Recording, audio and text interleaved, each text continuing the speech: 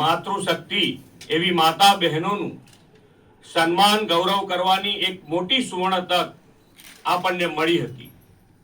વડાપ્રધાન શ્રી નરેન્દ્રભાઈ મોદી સાહેબે આ હેતુથી નારી શક્તિ વંદન અધિનિયમ સુધારા બિલના અમલ માટે સંસદનું વિશેષ સત્ર પણ બોલાવ્યું હતું. પરંતુ કોંગ્રેસ અને ઈડી ગઠબંધનના પક્ષોની નારી શક્તિ વિરોધી માનસિકતાના કારણે આ સુધારા બિલ પસાર થઈ શક્યું નહીં. કોંગ્રેસ અને તેના સાથી પક્ષોએ નારી શક્તિ વંદન અધિનિયમના અમલમાં રોડા નાખવાનું મોટું પાપ કર્યું છે. આના કારણે દેશની કરોડો મહિલાનું મનોબળ પણ તૂટ્યું છે. આઝાદીના દશકો સુધી દેશ પર એક હથ્થું શાસન કરનારી કોંગ્રેસ પાર્ટી નકારાત્મકતાની રાજનીતિ કરી રહી છે.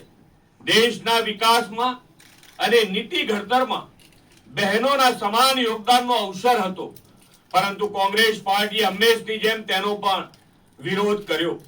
કોંગ્રેસ અને ઈડી ગઠબંધને અત્યાર સુધી પરિવારવાદને પોષવાનું જ કામ કર્યું છે.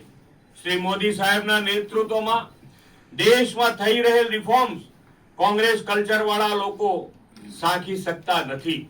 એટલે એમને ડર છે કે જો આ અધિનિયમ લાગુ થઈ જાય તો દેશની સામાન્ય પરિવારની બહેનો પણ સંસદ અને વિધાનસભામાં પ્રતિનિધિત્વ મળતું થઈ જશે. કોંગ્રેસ એનો વિરોધ કરી પોતાની સંકુચિત માનસિકતા પ્રગટ કરી દીધી છે.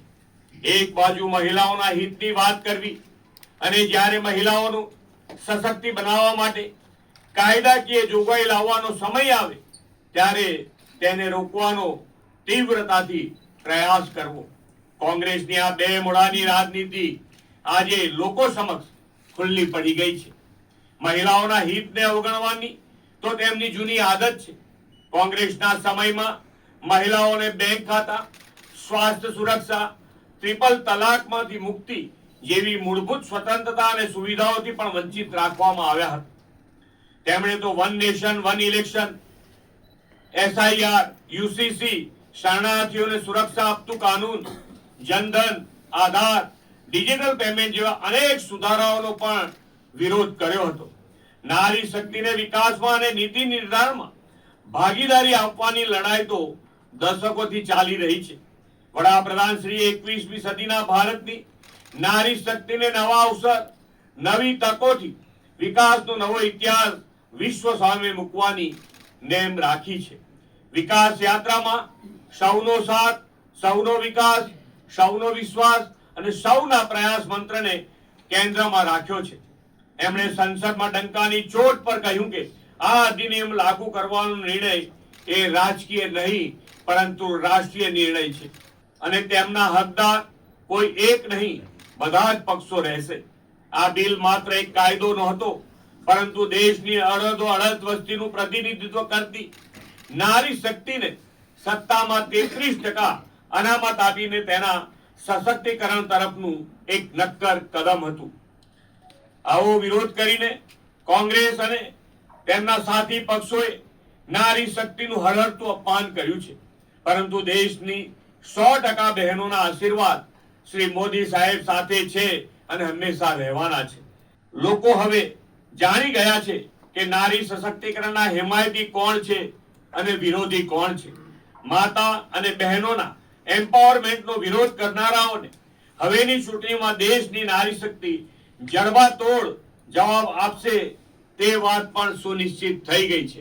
એટલે બહેનો સામે જેણે પણ વિરોધ કર્યો છે, અત્યાર સુધીમાં આપણો ઇતિહાસ હોય, આપણી સંસ્કૃતિ રહી છે કે બહેનોને અવગણના કરનાર કોઈ પણ તાકાત ટકી નથી, ટકવાની નથી અને ટકી રહેશે પણ નહીં. પત્રકાર પરિષદમાં સૌ પત્રકાર મિત્રોનું હાર્દિક સ્વાગત કરું છું. આજે આપણે વચ્ચે ગુજરાતના લોકપ્રિય મુખ્યમંત્રી માનનીય ભૂપેન્દ્રભાઈ પટેલ તેમજ આજની આ પ્રેસ સંબોધવા ખાસ અહીંયા ઉપસ્થિત કેન્દ્રીય મંત્રી શ્રીમતી રક્ષા ખડગેજી તથા રાજ્યના સરકારના મંત્રી શ્રી મનીષાબેન પટેલ, પ્રદેશ મહિલા મોરચાના અધ્યક્ષા શ્રી અંજુબેન વેકરિયા. મિત્રો, 17 એપ્રિલનો દિવસ એ ભારતના ઇતિહાસમાં નારી શક્તિના સન્માનનો ઐતિહાસિક અને સુવર્ણ દિવસ બની શક્યો હતો. પરંતુ કોંગ્રેસ અને તેના સાથી પક્ષોના કાવતરાના કારણે આ દિવસ એ મહિલાના અધિકારો પર એક કાળો ડાઘ જ્યારે બની ગયો. સંસદમાં જે થયું તે માત્ર એક બિલની હાર નથી, તે ભારતની 140 કરોડ જનતા એટલે 50% મહિલા, 70 કરોડ માતાઓ, બહેનો અને દીકરીઓના સપનાઓ પર મહિલા વિરોધી કોંગ્રેસીઓનો સીધો પ્રહાર હતો.